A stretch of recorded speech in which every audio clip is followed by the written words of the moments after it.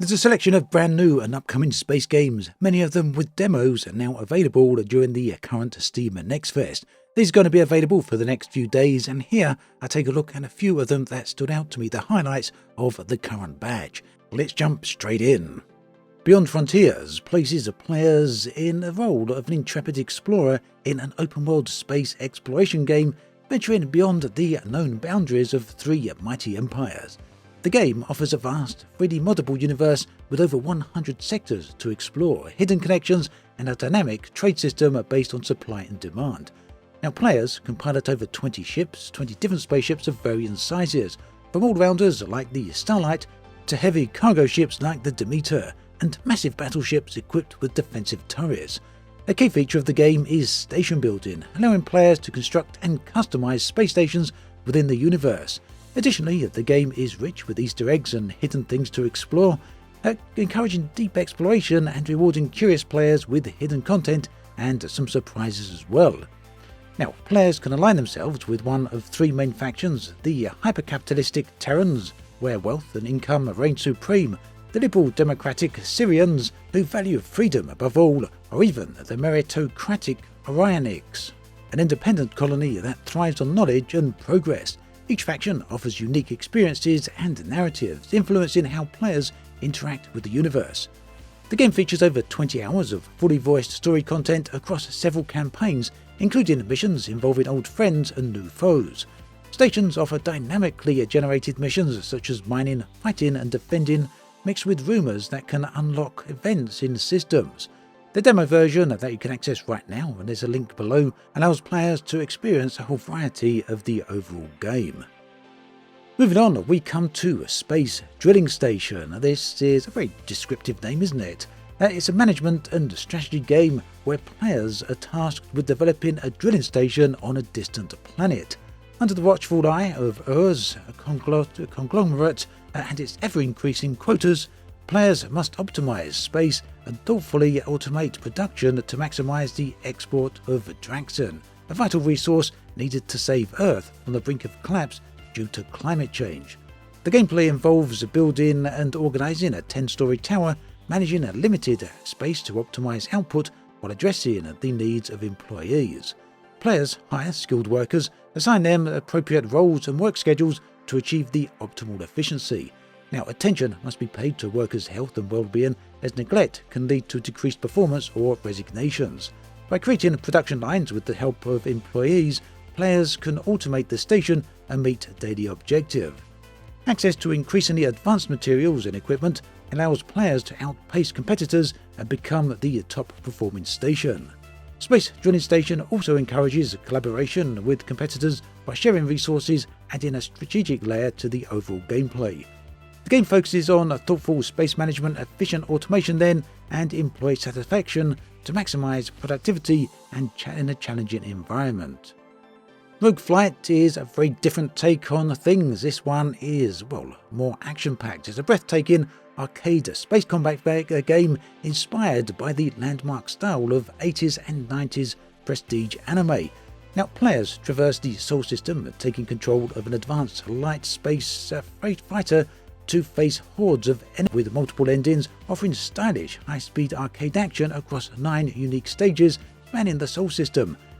The game boasts a retro analog video art style, and this is actually rather interesting. You can see it on the screen right here, and I doubt that this isn't going to be to everyone's tastes, and the combat is certainly very, very fast. But for those who appreciate this sort of thing, I think they're going to find this very engaging. It does have some customization options, including over 100 unlockable liveries, 24 badges with multiple colours and style combinations as well, and a loadout of over 40 unlockable aero designs and 40 unlockable weapons from multiple classes with upgraded attributes. Now, the game also features an original soundtrack by the sound design duo Fat Bard and additional music by Rin, for those of you who may be familiar with those people. So if you're interested in Arcade Flight, then this is certainly one to take a look at. Whispers of the Void, meanwhile, is a narrative-driven sci-fi adventure designed exclusively for VR. Now, players step into the role here of a relic hunter, exploring ancient tombs and alien landscapes in a tactile world of an ancient space civilization. Commissioned by an old friend to retrieve a peculiar artifact from a desert planet of Arena, the protagonist becomes entangled in a galaxy-wide struggle for control with the conspiracy that holds the key to the future. Now, the gameplay includes piloting a spaceship through uncharted asteroid belts, engaging in VR combat featuring gunplay and sword fighting, solving intricate puzzles and unlocking the secrets of Edim, a resource crucial to the galaxy and the ancient civilization that once warred over it. Now, each discovery brings players closer to stitching the galaxy back together or potentially tearing it apart completely. Set in a galaxy where the Galactic Confederation's diplomacy vowed to prevent a war over Edim, the only known source was on a planet that imploded, creating a vast void. The scarcity of Edim is transformed into the rarest resource found only in the debris circling the void, an aftermath known as the Great Collapse of the Three Pillars. Whispers of the Void then does offer a deep narrative game, and for people who are interested in both VR and love the narrative experience, this one could certainly be worth trying. There's not been that many games in this particular genre and this particular niche released that recently. Forgotten 23 is a suspenseful science fiction adventure game set in space, emphasizing exploration, puzzle solving and narrative. Players step into the shoes of astronaut Max Nowak, a talented engineer tasked with uncovering the mysteries of the research station Forgotten. The demo version of the game allows players to guide Max through the first 4 modules of the station out of the 10 that will be available in full release. Players can collect items, create new station elements on the engineering table, repair station components, discover important crew logs and play the first microgame.